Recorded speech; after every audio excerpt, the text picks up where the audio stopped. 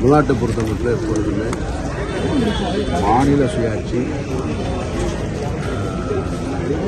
தாய்மொழிக்கான முன்னேற்றம் இதை முன்னெடுக்கிற கட்சிகளுக்கு தான் என்னுடைய அடிப்படையில் என்னுடைய வாக்கை செஞ்சுட்டு வந்திருக்கேன்.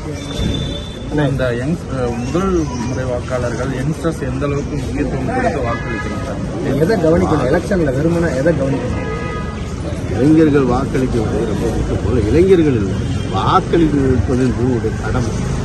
உங்களுடைய கடமையை நீங்கள் செய்ய தவறிட்டு அதுக்கப்புறமா எனக்கு என்னுடைய ஆட்சியாளர்கள் சரியில்லை, எனக்கு அது கிடைக்கல, என்னுடைய அடிப்படை வசதிகள் கிடைக்கல அப்படின்னு கேட்பதற்கு உங்களுக்கு எந்த உரிமையுமே கிடையாது. இந்த வாக்கு செலுத்திட்டு தான் கேட்கணும், வரி செலுத்திட்டு தான் அரசிட்ட கேட்கணும். நான் வரி செலுத்த மாட்டேன், வாக்கு செலுத்த மாட்டேன், ஆனால் அரசு எனக்கு செய்யும் அப்படின்றது ஏற்புடையது கிடையாது. அதனால் எல்லாருமே வாக்களிக்கணும்.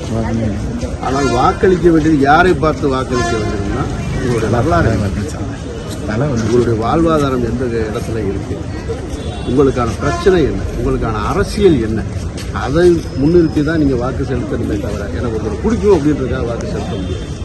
நேற்றைக்கு எனக்கு ஒருத்தர் பிடிச்சிருக்கலாம் 20 வருஷத்துக்கு முன்னாடி, இன்றைக்கு அவருடைய அரசியல் நிலைப்பாடு மாறி இருக்கலாம், அதுக்காக நான் வாக்களிக்க முடியாது. அவருடைய உறவினராக கூட இருக்கலாம், அதுக்காக நம்ம வாக்களிக்க முடியுமா?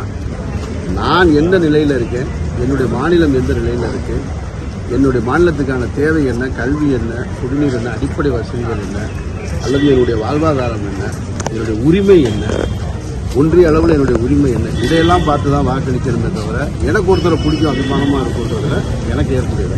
நீங்கள் புதுசாக வாக்களிக்கக்கூடிய ஒரு வார்த்தை சொன்னாங்க மாற்றம் அப்படின்ற மாற்றத்தை பார்க்கணுமா முன்னேற்றத்தை பார்க்கணுமா? ஒரு மாநிலத்திற்கும் ஒரு மக்களுக்கும் தேவை முன்னேற்றம் தானே தவிர மாற்றம் எப்படி சரியானதாக இருக்கும்? அந்த புதிய இளைஞர்களுக்கு நீங்கள் என்ன சொல்லுவாங்க?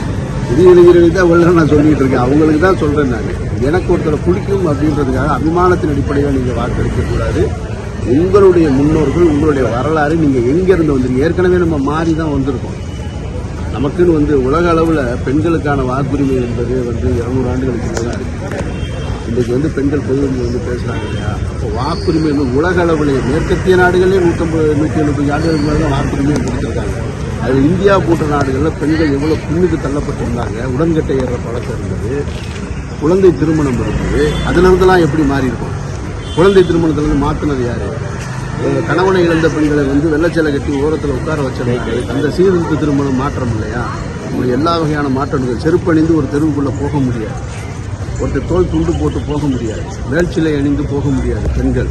இப்போ அதில் இருந்தெல்லாம் மாறிட்டோம்னா அந்த மாற்றத்தை நிகழ்த்தியது யார், அதற்கான காரணம் யார், நம்முடைய தந்தையார் யார், பாட்டனார் யார், மூதாதையர்கள் யார், அப்படி தான் பார்க்கணுமே தவிர சும்மா திடீர்னு ஒரு மாற்றம் இல்லை. அப்புறம் மாற்றம் யாரிலிருந்து தொடங்கணும், எதிலிருந்து தொடங்கணும் அப்படின்ற கேள்வி இருக்குது. முதல்ல என்னை பொறுத்த மட்டும் அபிமானத்திலிருந்து வாக்களிக்கின்றதுலேயே மிகப்பெரிய மாற்றம் தேவைப்படுதுன்னு நான் நினைக்கிறேன்.